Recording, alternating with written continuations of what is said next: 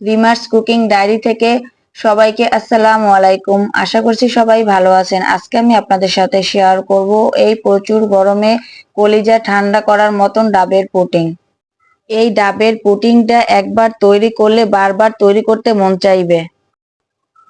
আমি এখানে দুইটা ডাব কেটে ডাবের পানি আলাদা করে রেখে ডাবের ভিতরে যে আলাদা শাঁস আছে এটা কেটে আমি ছোট ছোট টুকরো করে কেটে নিয়েছি।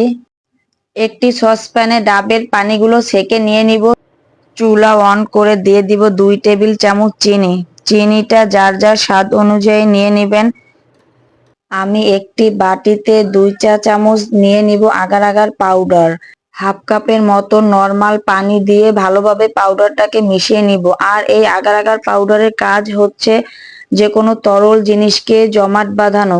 ডাবের পানিটা বলক আসলে গুলিয়ে রাখা আগার আগার পাউডারটা আমি ছাঁকনি দিয়ে ছেঁকে দিয়ে দিব।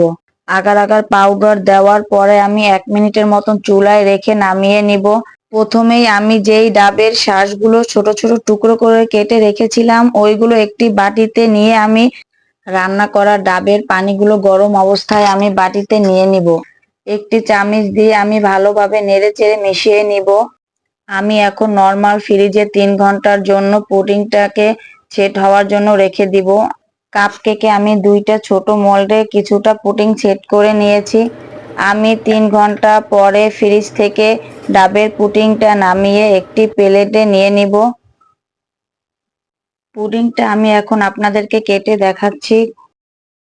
মজাদার পুডিংটাও আপনারা খুব সহজেই বাসায় তৈরি করে নিতে পারেন। ভিডিওটি ভালো লাগলে লাইক, কমেন্ট, সাবস্ক্রাইব করবেন। আল্লাহ হাফেজ।